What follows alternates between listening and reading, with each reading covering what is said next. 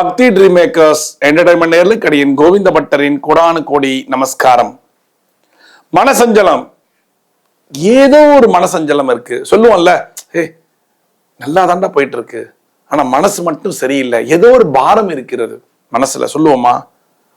ஏதோ ஒரு பாரம் இருக்கும். நீங்க பாருங்களேன், சில பேர் உட்காந்துட்டே இருப்பான், கண்ல தண்ணி அப்படியே ஒழுகும், அப்படியே கண்ல இருந்து அழுவாங்க. அப்படியே எதுக்கு அழுறாங்க, ஏன் அழுறாங்க சொல்ல மாட்டாங்க. நீங்க பார்த்திருக்கீங்களா? நான் பார்த்திருக்கேன். வீட்டுல உட்காந்துட்டே இருப்பாங்க, மனபாரம் அப்படியே டைட்டா இருக்கும். எதனால மனபாரம் தெரியாது, ஆனா கண்கள்ல மட்டும் தண்ணி வரும். சில பேரு இந்த பாரத்துல என்ன பண்ணுவாங்க, தானா பேசுவாங்க, தானா பேச ஆரம்பிப்பாங்க. அங்க போனேன், நடந்தது, இது நடந்தது, இப்படி இருக்கு, அப்படி இருக்கு. அது காரணம் மன ஸ்ட்ரெஸ், மனதில் இருக்கக்கூடிய பாரம். அந்த பாரத்தை எப்படியாவது வெளிக்கொண்டு வரணும் அப்படிங்கிறதுல அவங்க முழு மூச்சா இருந்தாலும் பயம். ஏன்? தன்னுடைய பிரச்சனை யார்ட்டையா சொல்ல முடியுமா? முடியாது. ஏன்? அந்த பிரச்சனையை வச்சு அவங்க பிளாக்மெயில் பண்ணுவாங்க.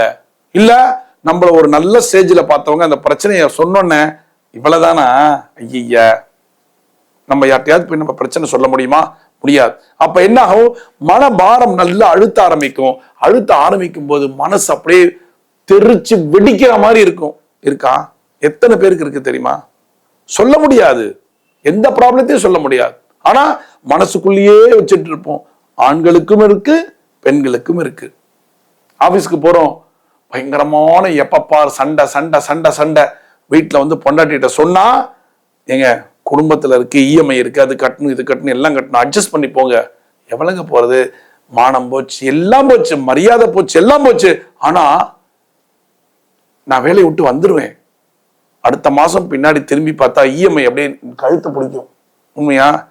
பேங்க்ல இருக்கிற நகை என்னை மிரட்டிட்டு போகும். டேய், நான் பேங்க்ல இருக்கேன், ஞாபகம் இருக்கா?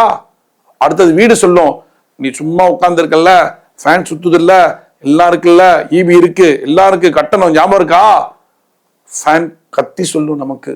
அதுக்கு அடுத்தது ஏசி கரகரகரகும். டேய், ஞாபகம் வச்சுக்கோ, ஏசி இஎம்ஐ வந்துடும், பாத்துக்க.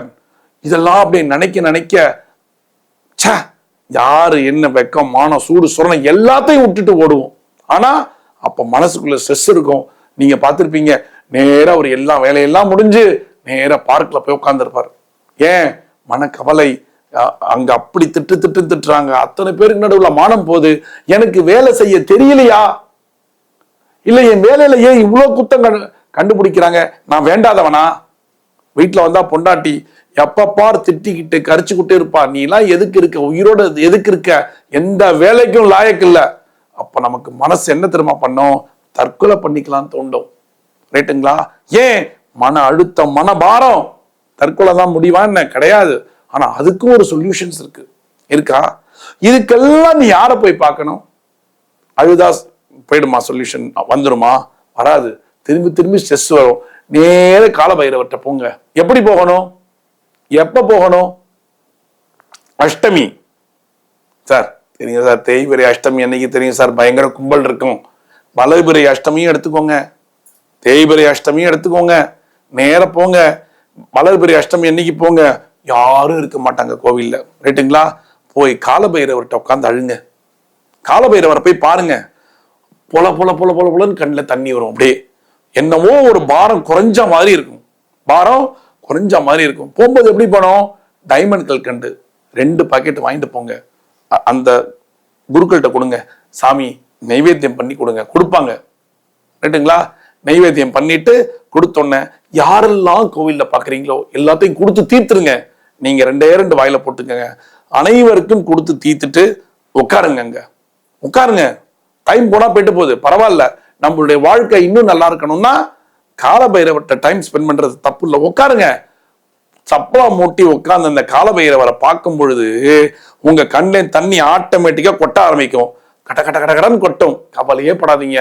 ஐயோ, அவங்க பார்ப்பாங்களோ, இவங்க பார்த்துட்டு போறாங்க. நம்மளுடைய பாரம் நமக்கு தானே. கொஞ்ச நேரம் கழிச்சு பாருங்க, என்னவோ மனசுக்குள்ளேந்து இருக்கிறதெல்லாம் யாரோ ஒருத்தர் புடுங்கி கீழே தூக்கி போட்ட மாதிரி இருக்கும். காலபைரவர் புடுங்கி தூக்கி போட்டார். நான் இருக்கும்போது உனக்கு என்னடா கவலை?